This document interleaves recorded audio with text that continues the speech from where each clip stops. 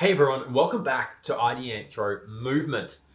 In today's episode, we are following on from the last episode with a few mental and physical approaches that we can use when our self-talk gets tough, when we're trying a difficult task and we're not succeeding yet. The self-talk that we can employ and some physical hacks that we can employ to help deal with that negative self-talk and give us the confidence and the belief to keep trying. Now, this is a follow-on from the previous episode where we talked about the fact that when you are trying difficult tasks that you are fundamentally capable of, but have a low chance of any attempt in itself succeeding, it takes far more attempts to succeed than you might otherwise intuitively think.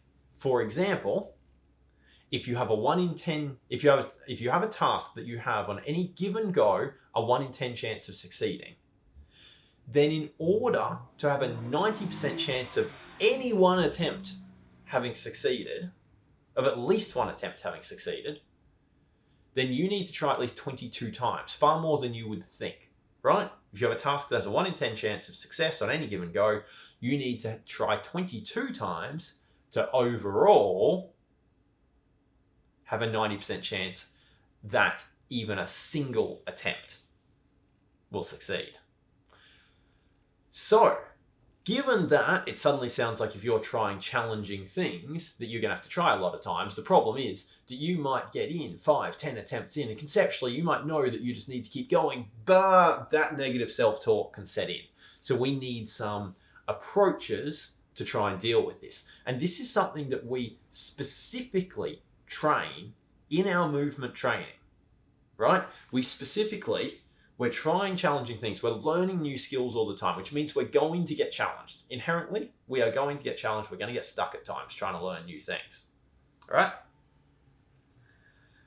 But instead of just wallowing in that stuck and trying to push through and persevere and no, we actually very specifically create opportunities for people to practice mental and physical hacks to help deal with that self-talk. And that's really important because a movement practice shouldn't just be isolated on its own. It shouldn't just be something you do to practice movement. No. We can use movement as a surrogate and a training field for real life. We can, for example, create situations in our movement practice that are challenging and then practice these skills to deal with those challenging situations, get good at those skills, and then take them back into the real world and start to apply them in real world tasks that come up that might have nothing to do with movement. Okay, so let's get into this. At the heart of this is a recognition, we're all kind of conceptually aware of the fact that our thoughts can affect our body, right? If you've seen it before, if you see someone who's feeling down, their posture changes, they might hunch in, you can see these particular changes, right? You conceptually get the fact that our mood can affect our posture. What's less understood is the fact that how we physically carry ourselves can affect our mood and our self-belief and our self-talk. So I want to tell you a little story of back a few years ago when I was still competing in the sport of bike trials. I came across a hack that I worked on in training and then I subsequently employed in competition to great success. And this is actually not the first time I've talked about this on video. Years ago, I dabbled with starting a YouTube video series called Jack Mullally Discussions, I think it was. And I never really took it anyway. But this was one of the things I did actually talk about then. So if you want to look at I was going to say less polished. I'm not exactly polished now. But if you want to look at an early attempt that subsequently led to me getting a bit of a feel for this talking on camera business that subsequently led to like 280 so far episodes of IDEANTHRO Water, and we must now be in the mid-20 episodes of IDEANTHRO Movement, you can always go and check that out. But the point was, I had a couple of moves in bike trials that I found mentally challenging. They're like, I could do them, but I wasn't consistent at. and I didn't have a lot of self-belief with. So one of them was big pedal ups. So a pedal up is essentially you have an object in front of you that you are going to ride your bike up onto. It requires jumping up onto, some elements of rolling, depending on the exact object. But you're facing front onto it. But unlike, say, the way a BMX rider might bunny hop on something where they're coming with heaps and heaps of speed, with a pedal up, you're going to have a relatively short run up. So you need to generate the speed in a short period of time and then jump up forwards onto the object on your bike. I was never particularly good at pedal upping. In terms of techniques for getting onto objects, I was better at doing this onto other objects and using other techniques, namely side hopping, where you hop sideways onto an object. Nonetheless, pedal upping is a really important technique in trials, and I put a lot of work into it, but I never really quite got just inherent intuitive confidence that I could do it when doing it close to my limit. Side hopping, for example, I was inherently confident that if I was, anywhere up to like 95% of my max side hop, I was pretty confident that that move was going to stick if I tried it. The last 5%, my consistency dropped off a fair bit, as you'd kind of expect when you're working at your limits. But up to like 95%, I was pretty consistent. Pedal upping, way less so. Like I'd be consistent to maybe like 70, 75% of my max. And then there'd be a fairly precipitous drop off my consistency there. And so coming into competition, what you'd find is that if there was a large pedal up in that I couldn't find a way to get around with another move, then you'd have this situation I'd be confronted with a move that I had to do, but I wasn't particularly confident about. And so I don't know why I started doing this. I feel like I must have heard this on a podcast or something, but I started practicing in training, grinning like a maniac while settling up for moves, right? So I'd be there, I'd be setting up for this pedal up, the obstacle's like a meter or two in front of me, I'm about to go at it. Like, and we're talking about obstacles here that could be pushing like well over a meter high, well over the height of handlebars. Depending on the exact technique, you could have, and exactly how you're going to get onto it, how much of the bike you need to get on in order to kind of secure yourself up there. You could have obstacles where the top of it might be well over head height, right? Just depends on exactly the move. So you're fronting up like a meter or two away from an object that's potentially head height. It's kind of daunting. And so I started trialing, smiling like a maniac before attempting it. And of course, what that would do, because there's the connection, while we have a brain affects our bodily posture connection, the postures and the facial expressions that we choose to adopt affect the brain. So I found that I could, while setting up for this move that I might be a little unsure about, if I grinned like a maniac, I would suddenly become really confident, and I would actually feel a wave. I know this sounds pseudo-mystical. I'm not saying it is. It's just a biochemical, physiological response to what I was doing. I'm not saying this was somehow mystical, but I would literally feel a wave. Funny thing is, talking about it now, it just happened. I would feel a wave of like ecstatic energy through my body. Like my foot's tingling right now talking about this, right? The back of my neck is tingling. I suspect the hairs on the back of my neck are probably standing up talking about this right now. So to understand the power about this, I only have to talk. I haven't even, there we go, a smile. Yeah, I got a bit more of that even then, right? So I could create, by forcing myself to grin like a chipmunk or something, right? I could create confidence in my body, in myself, that would then allow me to go at the move. It would blank out some of the negative thoughts, and I would be more likely to attempt the move using my inbuilt patterns that were solid. Like I could fundamentally do these moves, but I had a disconnect between what I was capable of and what I believed I was capable of, which is fundamentally where we're coming back to in a minute, right? I could, by smiling, just let go of the lack of self-belief, and that would allow my intuitive skills, my subconscious skills to take over, perform the move with good accuracy because my conscious doubts weren't getting in the way, and I had a far higher chance of success, right? And I can remember using this in the national championships one year where my good friend and training partner, Morgan, who had attempted this particular move and had failed.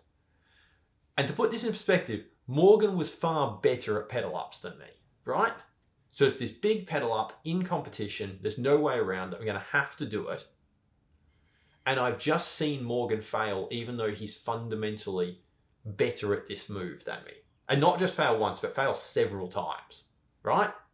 This happens in competition. This isn't a go at Morgan, but it's part of the story. So we gotta go there. Sorry, mate. I'd seen him fail a few times. Now that should have caused me some quite serious concerns, right? He is better at this move than me, and he didn't succeed at it. And I have to now have a go at it. And so I set up for it. Doubt creeping into my mind, smiled like a maniac, instant belief, go for it, stick it. Now in trials, you ride each section, each course, 3 times over the course. There's typically like 5 or 6 courses, 5 or 6 sections that you ride each of them 3 times. So I did this move. I succeeded on my first attempt on the first go. Bang, got it up. Turns out I got it on the subsequent 2 goes as well, on goes 2 and 3, all right? Using the same technique. This is just an example of then taking this, what sounds like a slightly woo idea, and applying it in real competition, right? So bringing this back in. Now, smiling isn't the only way to do this. You can do this with stuff like standing up tall, rolling the shoulders back, adopting what might be considered a confident posture, for example. Smiling, however, for me, was the one that created, well, there's a couple of things here, that created the most immediate and strongest positive reaction. So it's the one that I used. Also, if you're riding a bike, it's kind of hard to stand tall and roll your shoulders back, right? But the point being here is that adopting physical poses that we would typically consider to be positive, ones that we would intuitively attribute to confidence, positivity, etc., will then have a feedback effect into the brain that actually makes you more positive, etc. So bringing this back to our movement practice, right? What we do in our movement practice, in our facility at Oxley, is when we're trying challenging things, we actually help people to give these sorts of hacks a go. And I'd encourage you to do it yourself with anything that you find challenging, right? I know you'll look like a fool, but if you succeed, it's better, right? Right? You might look like a fool grinning to yourself like an absolute maniac, but if you then succeed at that really hard task, no one's going to remember the grinning. They are going to remember the success though, and you're going to get the success.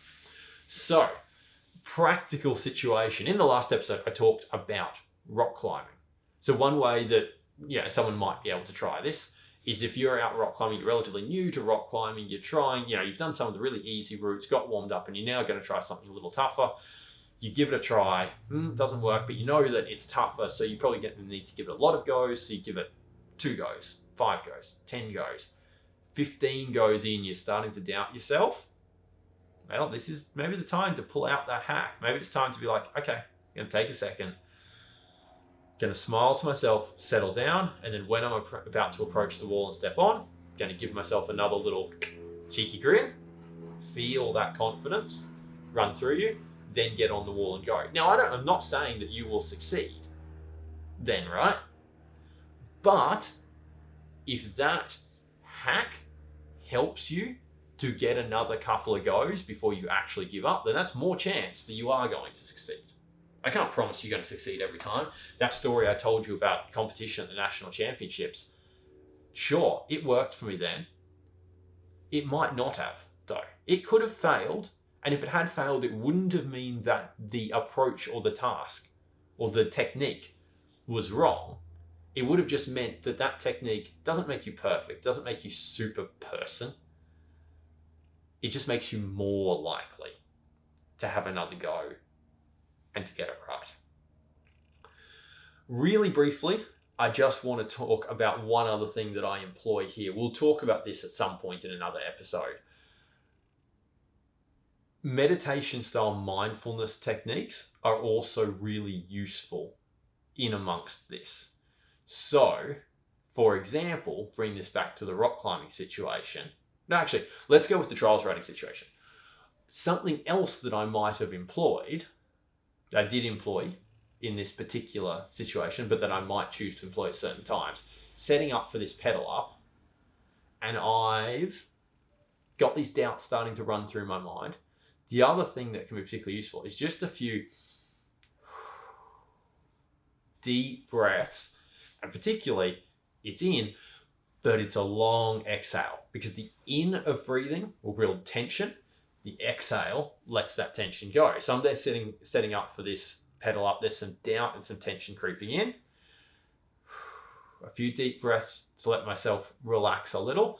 Then the smile to bring the positivity and go. So there's also things that you can do here. Physical. This is not a posture so much as a physical motion. Deep breathing. Deep breathing is associated with relaxation.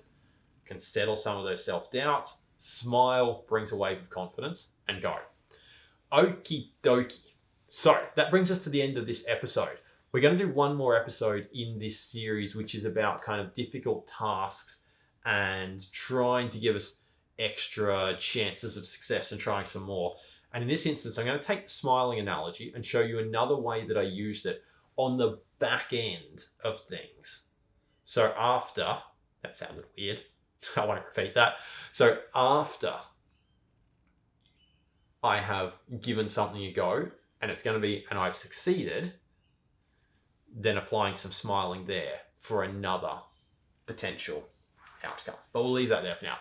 If you found this episode interesting, and I certainly hope that you did, please give us a like or a subscribe. We'd really appreciate that. If you want to know more about what it is that we do here at IDEANTHRO Movement, go to ideanthro.com/movement. There you will see the fact that we have a real world facility in Oxley in Brisbane, Australia.